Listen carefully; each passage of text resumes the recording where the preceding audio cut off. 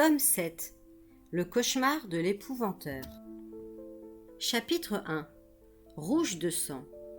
L'épouvanteur, Alice et moi franchissions la crête de Longridge pour retourner à Chipenden, tandis que les 3 chiens, Griff, Sang et Os, bondissaient joyeusement à nos côtés. Il avait plu tout l'après-midi, puis le ciel s'était dégagé, nous offrant une belle soirée d'automne finissant. Une petite brise fraîche jouait dans nos cheveux. C'était un temps parfait pour marcher. Je me souviens d'avoir pensé combien cette région était paisible. Or, arrivés au sommet, nous eûmes un gros choc. Une fumée noire montait à l'horizon, au-delà de la lande. Castor brûlait. La guerre nous avait-elle rattrapés ? Quelques années plus tôt, plusieurs nations s'étaient alliées pour nous envahir en débarquant sur la côte sud du pays. Depuis, en dépit des efforts combinés de tous les comtés pour la repousser, l'armée ennemie progressait régulièrement vers le nord. L'épouvanteur se tiraillait la barbe, visiblement préoccupé. Comment ont-ils pu avancer aussi loin sans que nous le sachions ?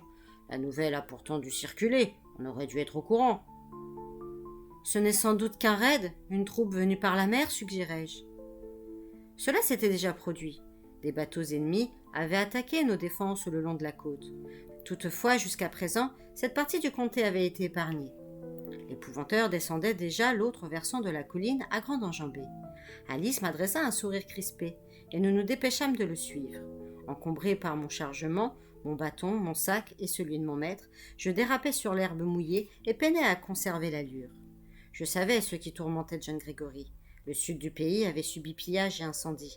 Il craignait pour sa bibliothèque, emplie de précieux ouvrages, un trésor de connaissances amassé par des générations d'épouvanteurs. J'entamais ma 3e année d'apprentissage. J'avais appris à affronter fantômes, spectres, sorcières, gobelins et autres créatures de l'obscur. Mon maître me prodiguait ses leçons presque quotidiennement. Je complétais mon instruction en puisant dans sa bibliothèque. Elle constituait un fonds irremplaçable. En bas de la pente, nous prîmes la direction de Chipenden. Nous venions de traverser un ruisseau en sautant de pierre en pierre quand Alice pointa le doigt. « Des soldats ennemis !» À quelque distance de là, une troupe marchait vers l'est. Une vingtaine d'hommes, dont les épées accrochaient les derniers rayons du soleil, déjà bas à l'horizon. Ils allaient nous couper la route. Nous nous jetâmes à plat ventre dans l'espoir qu'ils ne nous verraient pas. Je fis signe aux chiens de se coucher et de se taire. Ils obéirent aussitôt. Les soldats portaient des uniformes gris et des casques d'acier munis d'une plaque de protection pour le nez, d'un modèle que je ne connaissais pas. Alice avait raison. C'était une patrouille ennemie. Par malchance, ils nous repérèrent presque tout de suite. Un officier nous désigna et aboya un ordre. Un détachement s'avança vers nous. « Par ici !» cria l'épouvanteur. Ramassant son sac pour me soulager de son poids, il partit à toutes jambes vers l'amont du cours d'eau. Nous nous élançâmes sur ses talons avec les chiens. Une forêt s'élevait droit devant. On avait peut-être une chance d'y semer nos poursuivants. Dès que nous eûmes atteint la lisière, mes espoirs furent anéantis. Le sous-bois avait été fraîchement débroussaillé. Pas un buisson, pas un arbuste, rien que des troncs espacés, nulle part où se dissimuler. Je me retournai.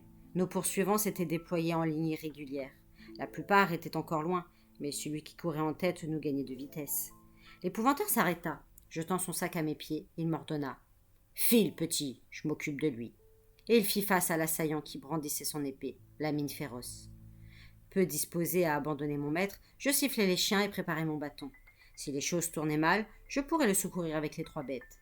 C'étaient des combattants redoutables, qui ne connaissaient pas la peur. Du coin de l'œil, je vis qu'Alice était arrêtée, elle aussi, et marmonnait je ne savais quoi, une curieuse expression sur le visage.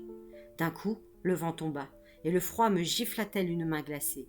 Un silence étrange se fit, comme si chaque être vivant retenait son souffle. Des volutes de brume montaient de tous les coins du bois et serpentaient dans notre direction. Les chiens s'aplatirent sur le sol en gémissant. Ce brusque changement de temps n'était pas naturel. S'agissait-il de magie noire ? J'interrogeai Alice du regard. Même si son but était de nous aider, mon maître serait furieux qu'elle use de ce genre d'artifice.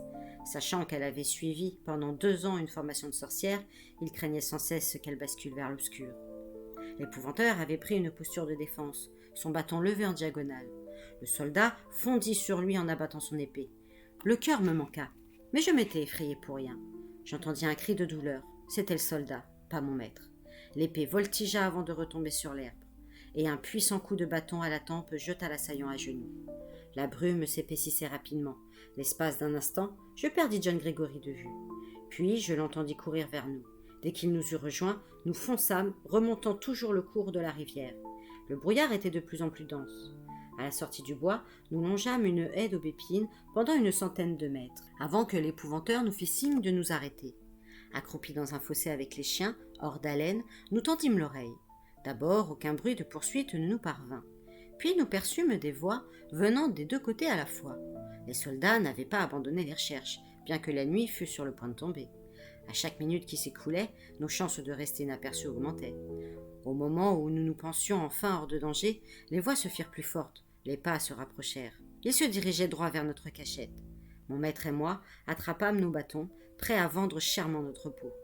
Nos poursuivants, 3 ombres, passèrent à 2 mètres de nous. Heureusement, le fossé était profond. Ils ne nous virent pas.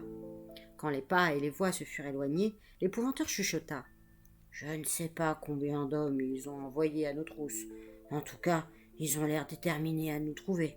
Mieux vaut rester cachés là jusqu'au matin. » Nous nous préparâmes donc à passer une nuit froide et inconfortable dans le fossé. Je n'arrivais pas à fermer l'œil, et comme souvent dans ce genre de situation, je m'assoupis peu avant l'aube. C'est Alice qui interrompit mon somme en me tapotant le bras. Je me redressai d'un coup, un pâle soleil se levait. Des nuages gris couraient bas dans le ciel. Le vent qui sifflait dans la haie malmenait les branches grêles et nues. « Tout va bien ?» demandai-je. Elle me rassura d'un hochement de tête. « Il n'y a plus personne à 1000 à la ronde. Les soldats ont abandonné les recherches. » À côté de moi, l'épouvanteur poussait de curieux grognements. « Il est en plein cauchemar, on dirait, » constata Alice. « On devrait peut-être le réveiller. » « Accorde-lui encore quelques minutes. Mieux vaut qu'il sorte du sommeil de lui-même. » Il se mit alors à gémir, à crier, le corps parcouru de tremblements. Il s'agitait à tel point que je le secouai doucement pour le délivrer de ce rêve pénible. « Ça va, monsieur Grégory ? Vous faisiez un cauchemar ?» Il posa sur moi un regard affolé, comme si j'étais un étranger ou même un ennemi. Enfin, il lâcha. « Oui, je rêvais de Lizzie l'osseuse. » Lizzie l'osseuse, une puissante sorcière, était la mère d'Alice. Elle était désormais enfermée au fond d'une fosse dans le jardin de Chipenden. Elle trônait dans une grande salle que je n'ai pas reconnue tout de suite, continua mon maître. Le malin se tenait à côté d'elle, une main posée sur son épaule. Des prisonniers hurlant de terreur attendaient d'être décapités, et le sol était rouge de sang. Mais c'est la vision de cette salle qui m'a troublé le plus. Quelle salle ? Celle du château de Caster. Lizzie l'osseuse occupait le siège du gouverneur. Elle régnait sur le comté. Ce n'était qu'un cauchemar. Lizzie est hors d'état de nuire. Sans doute, mais je n'avais jamais fait un rêve aussi réel. Nous reprîmes la route en restant sur nos gardes. L'épouvanteur n'émit aucun commentaire sur le brouillard qui nous avait enveloppés la veille. Concentré sur son duel avec le soldat, il n'avait peut-être rien remarqué. Après tout, le phénomène n'était pas rare en cette saison, mais c'était un tour d'Alice, j'en étais certain. Cela dit, j'aurais eu mauvaise grâce à le lui reprocher. N'étais-je pas moi-même complice de l'obscur ? Nous étions récemment rentrés de Grèce après avoir vaincu Lordine, une très ancienne et redoutable divinité. Cette victoire nous avait cependant coûté cher. Ma mère y avait laissé la vie, de même que Bill Arkwright, l'épouvanteur qui travaillait au nord de Caster. Voilà pourquoi ces chiens étaient avec nous. Et j'avais eu, moi aussi, un prix terrible à payer. Pour obtenir la victoire, j'avais vendu mon âme au malin. À présent, la seule chose qui l'empêchait de m'entraîner définitivement vers l'obscur était la fiole de sang que m'avait donnée Alice. Elle ne quittait pas ma poche. Tant qu'elle serait en ma possession, le malin ne pourrait m'approcher. Pour partager cette protection, Alice devait rester à mes côtés. Sinon, il la tuerait pour se venger de l'aide qu'elle m'avait apportée. Bien entendu, l'épouvanteur n'en savait rien. Si je lui avais avoué la vérité, il aurait mis fin à mon apprentissage. Tandis que nous grimpions la côte menant à Chipenden, mon maître se montrait de plus en plus anxieux.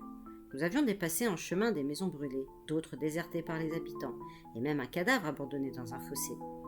« J'espère qu'ils ne se sont pas aventurés aussi loin au nord, » grommela-t-il. « J'ai peur de ce que nous allons trouver, petit. » D'habitude, nous évitions le village. Les gens sont généralement mal à l'aise en présence d'un épouvanteur, et mon maître avait toujours tenu compte de leur aversion. Lorsque les toits d'ardoise grises apparurent, un seul coup d'œil nous suffit pour comprendre que les troupes ennemies étaient passées par là. La plupart des bâtiments, à demi écroulés, montraient leurs poutres carbonisées. Plus nous avancions, plus le spectacle était désolant. Un tiers des habitations avaient été incendiées. Les murs qui avaient abrité des familles n'étaient plus que des coquilles vides et noircies. Les demeures épargnées par le feu avaient été saccagées. Les fenêtres étaient brisées, les portes pendaient sur leurs gonds. Le village nous parut d'abord abandonné, puis nous entendîmes des coups de marteau. L'épouvanteur nous mena en hâte le long de rues pavées en direction du bruit. Nous suivîmes l'artère principale où s'ouvraient naguère les boutiques. L'épicerie et la boulangerie avaient été pillées. Les coups de marteau provenaient de la boucherie. Le boucher était là, sa barbe rousse luisant dans le soleil matinal. Or, il ne réparait pas son local. Il clouait le couvercle d'un cercueil. 3 autres attendaient, alignés, prêts pour l'enterrement. L'un d'eux, tout petit, devait contenir le corps d'un enfant. À notre entrée, le boucher se redressa et vint serrer la main de l'épouvanteur. Il était le seul parmi les villageois à ne pas craindre mon maître, à parler avec lui d'autre chose que d'histoire d'être malfaisant. « C'est terrible, monsieur Grégory, dit-il. Rien ne sera plus jamais comme avant. » Désignant les cercueils, l'épouvanteur marmonna. « J'espère que ce n'est pas... »« Oh non, grâce au ciel. J'avais mis ma famille en sécurité. Ces pauvres gens n'ont pas fui à temps. Ça s'est passé il y a 3 jours. Une patrouille est arrivée. Ils ont massacré tous ceux qu'ils croisaient. Ils cherchaient des vives. Quel besoin avaient-ils de tuer les habitants et de brûler les maisons?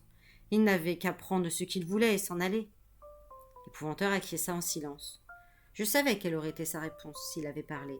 Il aurait dit que c'était à cause du malin qui était lâché dans le monde. C'était lui qui rendait les humains encore plus cruels, la guerre encore plus violente. « C'est bien triste pour votre maison, monsieur Grégory, » reprit le boucher. Le visage de mon maître se décomposa. « Quoi ?»« Oh, je suis désolé, vous ne le saviez pas? Je pensais qu'on vous avait mis au courant. On a entendu le gobelin rugir à des miles de là. Les soldats devaient être trop nombreux pour qu'il en vienne à bout. Ils ont pillé votre maison, emporté tout ce qu'ils pouvaient transporter, et ils y ont mis le feu.